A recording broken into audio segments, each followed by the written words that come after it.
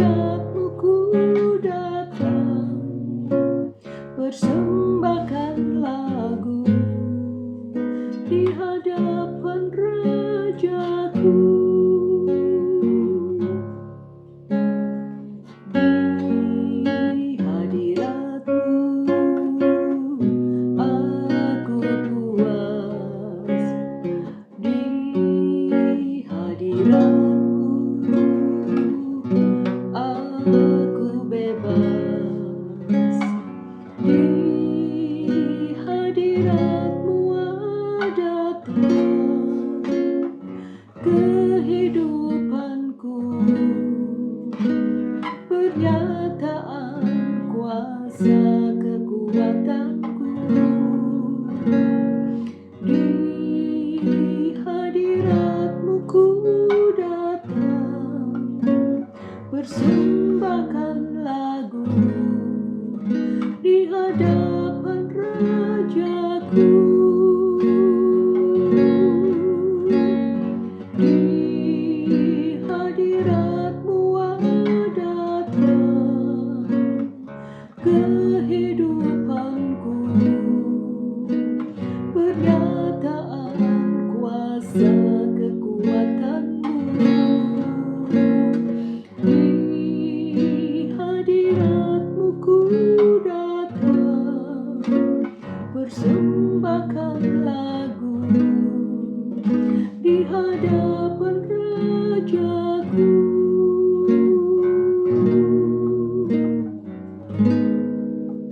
Di hadapan Rajaku.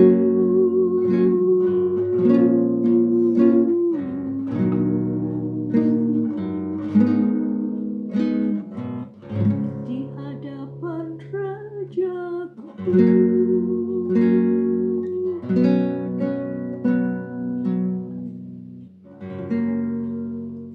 Shalom Bapak Ibu Saudara yang dikasihi oleh Tuhan Yesus. Kita akan melanjutkan pembacaan firman Tuhan yang terambil dari 1 Raja-Raja 8 ayatnya yang ke-62 sampai dengan 66. Tapi sebelumnya kita akan berdoa, biarlah hikmat Tuhan yang mengurapi kita sehingga kita mengerti apa yang kita baca. Kita berdoa. Bapa Surgawi, kami bersyukur untuk anugerah-Mu. Terima kasih kalau malam hari ini kembali kami boleh datang di hadapan Tuhan. Bilang Kau yang mengurapi kami sehingga kami mengerti apa yang Tuhan ingin sampaikan kepada kami tentang firman-Mu, tentang rancangan Allah, tentang kebaikan Tuhan. Bahkan kami boleh melihat perbuatan Tuhan yang ajaib. Bahkan Tuhan bisa mengubah hidup kami. Terima kasih Bapa, terima kasih. Kuduskan setiap kami sehingga kami mengerti apa yang kami baca. Di dalam nama Yesus kami berdoa. Amin. Amin. Puji Tuhan, sekarang kita lanjutkan dari 1 Raja-Raja 8 ayatnya yang ke-62 sampai dengan 66. Yang berbunyi, korban pentahbisan dan perayaan. Lalu raja bersama-sama segenap Israel mempersembahkan korban sembelihan di hadapan Tuhan. Sebagai korban keselamatannya kepada Tuhan, Salomo mempersembahkan 20.000 ekor lembu sapi dan 120.000 ekor kambing domba. Demikianlah raja dan segenap Israel mentahbiskan rumah Tuhan itu. Pada hari itu juga raja menguduskan pertengahan pelataran yang di depan rumah Tuhan, sebab disitulah ia mempersembahkan korban bakaran, korban sajian, dan segala lemak korban keselamatan. Sebab mesbah tembaga yang di hadapan Tuhan itu terlalu kecil untuk memuat korban bakaran dan korban sajian dan segala lemak korban keselamatan itu. Lalu Salomo mengadakan perayaan pada waktu itu juga di hadapan Tuhan Allah kita selama 7 hari bersama-sama dengan seluruh Israel. Suatu jemaah yang besar dari jalan masuk ke Hamat sampai sungai Mesir. Pada hari yang ke-8 disuruhnyalah bangsa itu pergi. Maka mereka memohon berkat untuk raja, lalu pulang ke kemah mereka sambil bersuka cita dan bergembira atas segala kebaikan yang telah dilakukan Tuhan kepada Daud hambanya dan kepada orang Israel umatnya. Kita baca firman Tuhan pada malam hari ini melanjutkan bagaimana Salomo mempersembahkan korban ucapan syukur keselamatan. Bagaimana Allah memberkati kehidupan Salomo tapi juga ayahnya Daud. Bagaimana campur tangan Tuhan yang begitu luar biasa. Bahkan pembangunan bait Allah itu, kerajaan itu semua boleh berlangsung dengan baik, dengan luar biasa. Dan di sini ucapan syukur karena campur tangan Tuhan, menyadari hanya karena anugerah Tuhan. Nah, Salomo mempersembahkan korban keselamatan kepada Tuhan itu bukan 100 atau 200. Tapi di sini kita baca 22.000 ekor lembu sapi. Begitu banyak. Belum sampai situ, tapi ditambah dengan 120.000 ekor kambing domba. Begitu luar biasa persembahan yang diberikan Salomo kepada Allah.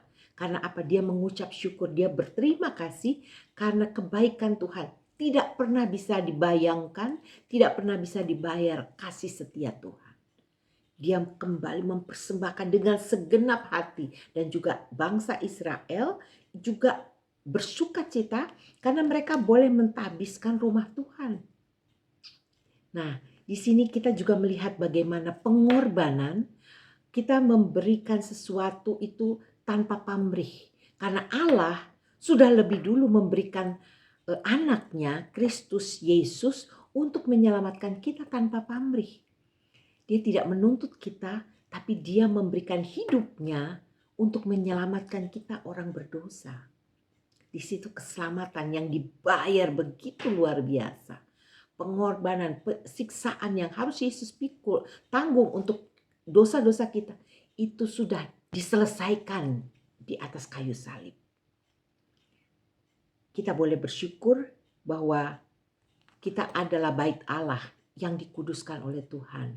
Hidup kita menjadi berkat. Dan di situ nama Tuhan dipermuliakan. Dan biarlah kita boleh senantiasa mempersembahkan korban syukur kita ke hadapan Tuhan.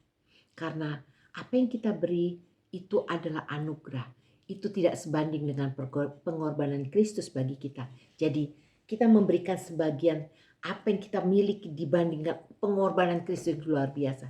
Dan ucapan syukur kita kepada Allah itu karena Allah luar biasa sudah menyelamatkan hidup kita. Jadi biarlah kita boleh tetap bersuka cita, bersyukur dengan apa yang kita terima dari Tuhan. Masalah apapun yang kita hadapi, kita tetap bersyukur. Di situ ada sebuah kekuatan yang Tuhan berikan bagi kita. Sehingga kita boleh melihat pertolonganku datangnya dari Allah yang menjadikan langit dan bumi. Biarlah ini menjadi berkat bagi hidup kita hari-hari ini. Tuhan Yesus memberkati dan kita berdoa bersama. Bapak, terima kasih untuk firman-Mu. Terima kasih untuk apa yang sedang Tuhan buat dalam kami. Biar kami boleh tetap bersuka cita dan kami boleh melihat bahwa kebaikan Tuhan tidak pernah terbayarkan. Dan kami memberikan hati kami, memberikan hidup kami bagi Tuhan. Dan biarlah nama Tuhan dipermuliakan. Dan apa yang kami beri itu karena kami tahu, kami menyadari semua hanya karena kebaikan Tuhan. Terima kasih Bapa, di dalam nama Yesus. Kuduskan setiap kami, firman Tuhan ini boleh menjadi kekuatan untuk kami mempersembahkan ucapan syukur kami senantiasa kepada Tuhan. Terima kasih Bapa, di dalam nama Yesus kami berdoa. Haleluya. Amin. Terima kasih saudara sekalian, dan kita akan tetap melanjutkan pembacaan firman Tuhan selanjutnya.